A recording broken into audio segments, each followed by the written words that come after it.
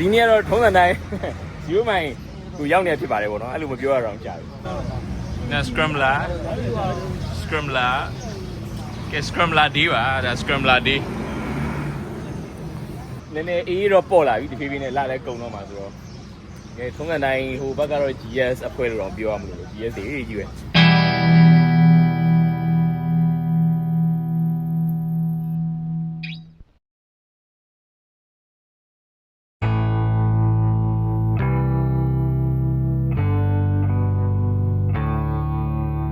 ဒါတော့ GS အဖွဲ့ပါသူတော့အင်ကတော့နည်းနေရပါတော့အင်ကနည်းနေတယ်ကျိုးအပွဲတွေကတော့သွားတော့မယ်ဆိုတော့သူတို့လည်းပဲ like join ကောင်းမလားပေါ့နော်ဘကိုးတော့ပြီးသွားမယ်ပြောတယ် join ပါလား yes join ပါအင်ကထက်တန်နေသူ့ scrambler စုံနေကျွန်တော်နောက်ပါလေဆိုတော့ဒါတော့ Trump scrambler ပေါ့နော် scrambler ယူကတော့ရှိနေတော့မယ်ဒါတော့ food product ဖြစ်နေကျွန်တော်ဘန်ကောက်မှာတော့မောင်းခဲ့တဲ့ပုံစံဥပမာဒီကောင်ကနည်းနည်းပေါ်တယ်ပြင်းတဲ့ပုံစံဒါတော့ scrambler 1200 XE ပေါ့နော်ပြောရရင်တော့ဒါ scrambler line နဲ့ပြန်မှာဒါကောင်အမြင့်ဆုံးပဲဒါတော့ကျွန်တော်ရဲ့Ducati Desert Sled Scrambler ပဲပေါ့နော်ဆိုတော့ Scrambler 4စီးလို့စုံတာနည်းနည်းထူးဆန်းတယ်ပေါ့နော်အဲ့နဲ့ဒါလည်းခဏရက်ပြီးတော့ဗီဒီယိုဝင်ရတယ်အခုတလောကျွန်တော်ရောင်းလိုက်တဲ့ဘိန်းတွေကတော့2019 Ducati Multistrada Enduro 1260ပေါ့နော်ဆိုတော့အဲ့တော့သိန်း900ကျွန်တော်ရောင်းပြီးသွားပြီဖြစ်ပါတယ်ပြီးတော့ကျွန်တော်ရဲ့ KTM 690 SMCR ကိုလည်း300နီးပါးနဲ့ရောင်းပြီးသွားပြီဖြစ်ပါတယ်ဆိုတော့ဒီခုလောလောဆယ်ရောင်းစရာရှိတဲ့ဆိုင်ကယ်တွေကတော့ဒီ Ducati Scrambler Desert Sled 2016 Sparkling Blue ဒီဆိုင်ကယ်ကိုရောင်းဖို့ရှိပါတယ်ပြီးတော့ကျွန်တော်ရဲ့ BMW S1000 XR ကိုလည်းဈေးတန်တန်နဲ့ရောင်းဖို့ရှိပါတယ်ဆိုတော့ကားဝယ်ချင်တာပဲဖြစ်ဖြစ်ဆိုင်ကယ်ဝယ်ချင်တာပဲဖြစ်ဖြစ်ကျွန်တော်ကိုဆက်သွယ်လို့ရပါတယ်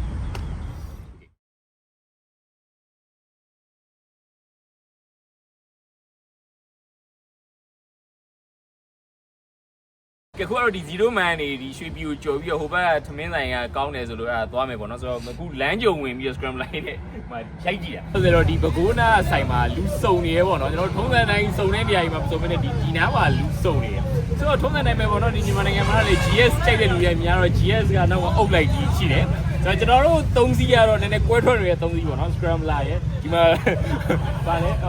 1200 RS ပေါ့နော်ဆိုတော့ GS ကမှ racing car versionဒီဘေးကတော့ဒါ Z6R ဟိုမှာဒါ2024 2025 sticker နဲ့ပေါ့နော်ဒီကတော့ brand new စီးတာကျွန်တော်တို့ဖွဲ့ရမယ်။တော်တော်စီးရတာတော်တော် smooth ဖြစ်တယ်ပေါ့နော်။ဘယ်လိုပြောမလဲအသစ်မို့လို့လားမသိဘူး။မိုက်တယ်ဗျာစီးရကျွန်တော်စီးရတော့တော်တော်ကြိုက်တယ်။Z6 ရတော့ဟိုကြိုက်။ဒီကောင်ကတော့တကယ်ရှားပါပါပဲဒါပြောရရင် GS ကို racing မောင်းရင်မောင်းလို့ရတယ်။နောက်ကတော့ GS ဖွဲ့ရှိရပြီးတော့ဒီမှာမြန်မာနိုင်ငံမှာနိုင်ငံတကာမှာလည်းထုံးစံအတိုင်းပါပဲ။သူ GS နဲ့ Harley ကပဲပို့ပြီးတော့နာမည်ကြီးတော့ဆိုဒီဘက်မှာ Harley အုပ်စုဟာလီအများကြီးပဲဆိုတော့ထုံးစံဒီမှာနည်းနည်းထူးခြားသွားတာဟိုဘက်မှာဟာလီ3ဘိန်းရှိတယ်ပေါ့နော်ဟာလီ3ဘိန်းလည်းမိုက်တယ်14 engine နဲ့လားမသိဘူးဆိုတော့ထူးဆန်းတယ်ဗျာအဲ့လိုမျိုးလေးမြင်ရတော့သိရမလားဒါကတော့ကျွန်တော်တို့ဘွဲ့ဒါနည်းနည်းရှားပါးလေးတွေပေါ့ကွက်ထွက်နေတဲ့ဘိန်းလေးတွေဟိုမှာတော့ဟာလီနဲ့ GS ကတော့ဒါဘယ်နာတော့တွေ့ရမယ့်အဖွဲပုံစံလေးပေါ့နော်ကဲခုတော့ပြန်มาတော့မယ်တာပါပဲ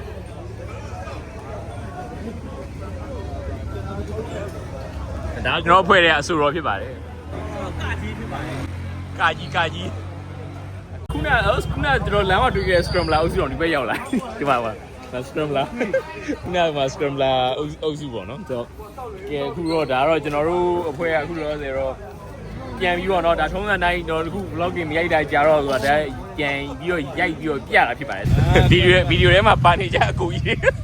ဦးလေးကြီးကိုနေရာမှာတကယ်အနှစ်သာလားအခု group တွေပို့လိုက်ပါဦးအခုဆက်ပြီးရဲကဲအခုကတော့လစ်ပြီပေါ့နော်နည်းနည်းလေးနောက်ကျနေပြီကဲတော့ဒီနေ့ကတော့မောင်းနဲ့ပကိုးထီရောက်သွားတာဟုတ်ကဲပြန်ပါပြီလို့နော်ပကိုးထီရောက်တော့စီဘိုးကပဲဘယ်လိုပြောမလဲကျွန်တော်ဆိုင်ကက3000ဘိုးလောက်ကုန်တယ်ပေါ့နော်ဇိတ်ဆရာလည်း3000ဘိုးလောက်ပဲဒီကောင်ကြီးကနည်းနည်းတက်တာနေရပေါ့နော်ကျွန်တော်တို့တိတ်မကုန်ဘူးပေါ့နော်အဲ့လိုဖြစ်နေတယ်ဒီဆိုင်ကကြီးရတယ်ကဲတော့ဒါပါပဲလို့နော်ထုံးစံတိုင်းပြန်မောင်းအောင်မယ်ကဲတက်တာ